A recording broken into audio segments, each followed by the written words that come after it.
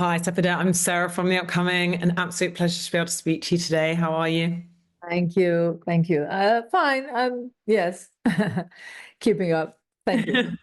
What an incredible documentary. Despite it being, such a difficult, heavy topic, it's incredible how sort of full of joy and life and humanity it is. But for people who haven't seen it yet, could you give us a brief introduction? What can they expect when they watch the film? They will be meeting a brilliant person. It's a moment of joy, a chunk of life. Some hard moments, hard meaning, well, some heavy moments. But Fatem, I called her Fatem, like close friends of us. Fatma has shown us she was such an amazing and brilliant person, solar, really. It's always a pleasure when I watch the film again. I've seen it many times, and every time it is a moment of reunion with her. And yes, And maybe just to take a step back, at what point did you know you wanted to make a film about the situation in Gaza?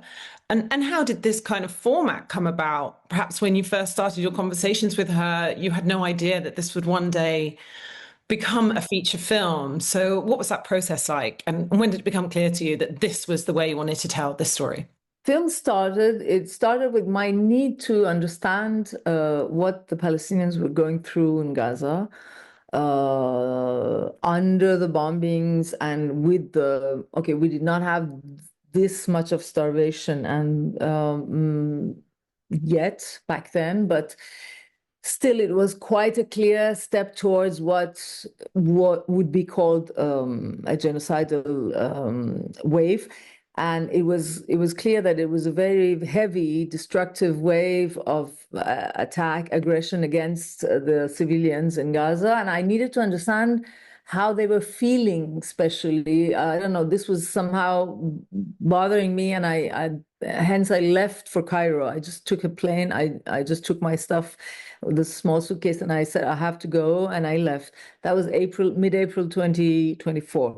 And my intention was to pass through Rafah, the checkpoint, and get in. I was very naive, but I thought I was very smart and I could, just like walk in and say, I'm a filmmaker, I'm an independent filmmaker, please let me in. And they would say, yes, of course, please. But it didn't happen that way. Obviously, it was too late. It was blocked. Everything was blocked. And I was stuck in Cairo. I couldn't even go as far as from Ismailia onwards. Basically, it's the military zone, Al Arish, and, you can't even reach there. No Palestinian could accompany me because it was too risky for them. So all the fixers I could think of who were Palestinians or who were Egyptian, it was both very risky for them because of, they would get arrested and expelled, and also, and I did need a fixer, and it was impossible. So this is what happened to me when I was in Cairo again this year in June for the March to Gaza. It was a global march, so many delegations came in, but we lived through the same thing. But last year I was alone, and I tried to just, understand and make a film. When I got stuck in Cairo, I started filming Palestinian refugees who had just a few weeks before that left Gaza, and one of them put me in touch with Fatem. He was from the same neighborhood. He said, I have a friend. She's a great person. You will see. And he was already, the description gave me this, desire to meet her. And it was really, and I thought, okay, I have to film this. This was as much as I knew. And within the first phone conversation or video call, which you see in the film, this is really the first one, you see what happens. It was immediate. It clicked, and I was so, I don't know, there was something there. Mutual. I think she was also very willing to share her point of view, to talk, to explain. And she had such a smile, brilliant smile, and it just so happened. And I think the decisions were very quick. I turned the phone. I thought, okay, I have to film this. I want to film this with the phone to phone, to make it very simple. And then I knew that all of it had to be filmed.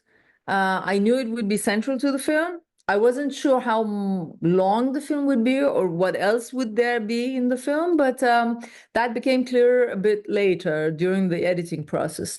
But some of the key points were already there, and you see it in the film. There's such an immediacy when you're watching it. And I guess partly it's to do with the fact that you have left in all these moments, where the connection's dropping, sometimes the image is a bit grainy, which maybe another filmmaker might say, oh, we need to sort of cut that out or smooth that out or find another way to capture this.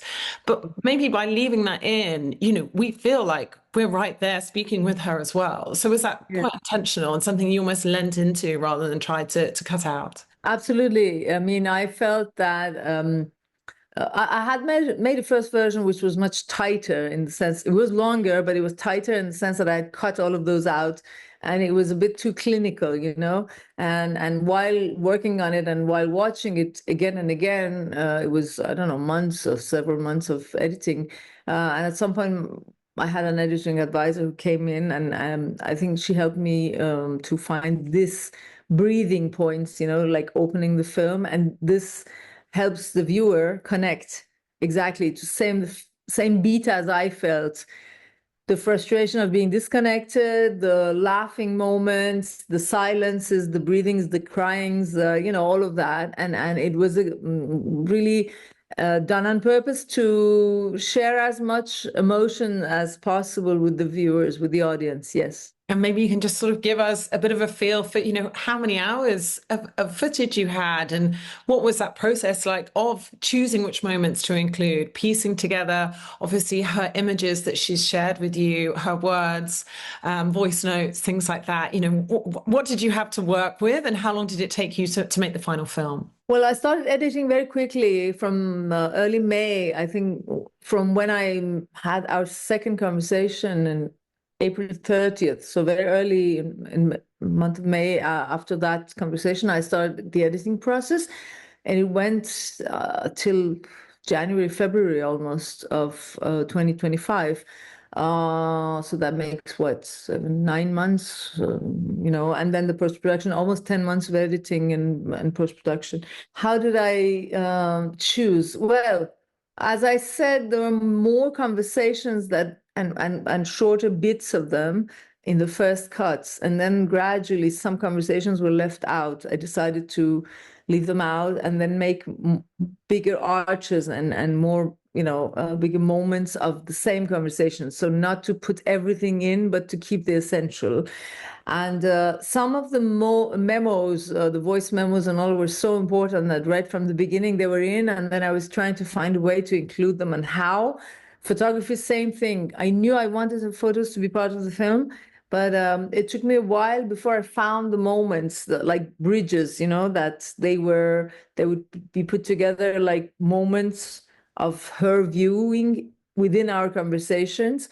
So one moment is with the poem, her poem. One moment is when she sings, and there is another moment with silence, and another one with music. It goes with my feelings. It's very instinctive. This is the editing process. It's like making a sculpture, kind of, with the images, and you have to kind of really work on it.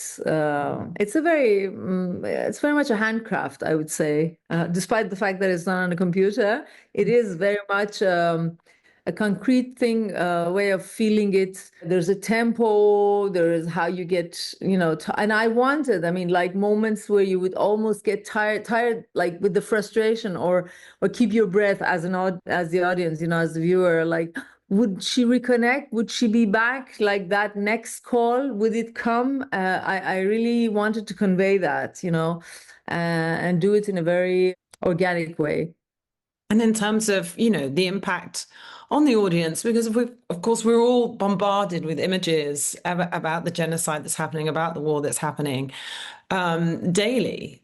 But there's something that happens by having this really sort of personal approach, hearing her describe what's going on, often still with a smile on her face, never presenting herself really as a victim, but, life goes on. This is what's happening in my daily life while this is happening in the background.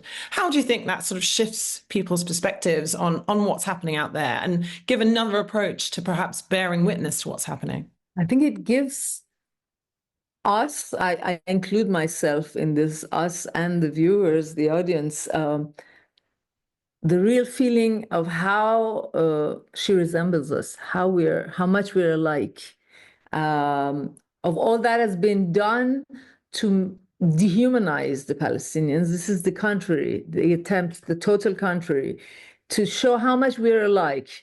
That despite them being victims, it's like us. You know, she could have been a sister, a mother, a cousin, a friend, which she was to me. In fact, in a way, she became all of this, in a way, and to all of us, she could be, and they could be, all of them. And the stories are so, and she was aspiring just to a normal life, as she said. I just want a normal life. Why are they taking away from us? And this is how, I mean, the banality of her desires and her daily life, and the banality, unfortunately, of all that is, done to them, to her, which was done to her, and the gravity of it, put next to the banality of a normal desire for a normal life of a very normal and very talented, extraordinary woman, but also very normal. You know, she was like, this is the cruelty of it. And this is where it's very strong, because you see how much she's alike. You know, she could be my daughter, she could be any of us, and yet she's not. She got killed, she got targeted because she was Palestinian and because she was a photographer. And obviously, it's devastating to learn that she was killed, I believe, the day after the film was selected for Cannes. What kind of additional resonance does that bring to the film? And perhaps another layer as this being, part of her legacy that she can leave the world, on top of the photojournalism she's already done, but also providing that on the ground perspective that could have been lost otherwise. You know, it's very strange, because I've been, activist. I don't know how that word sounds, but I'm a filmmaker and I'm a citizen, but I'm also an activist. And I've been an activist in the sense that when something bothers me, I really try to act, against what bothers me.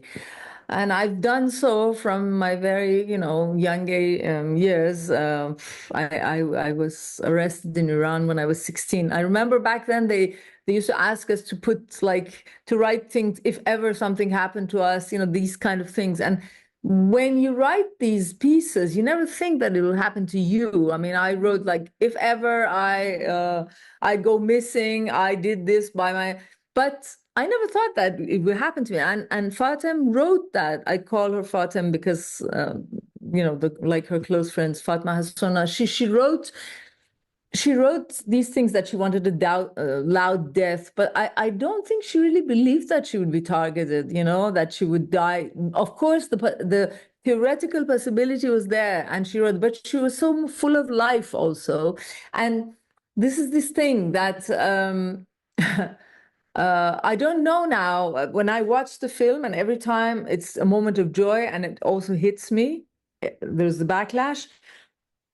I keep thinking, and rereading things differently. Obviously, I decipher things differently. Decipher things.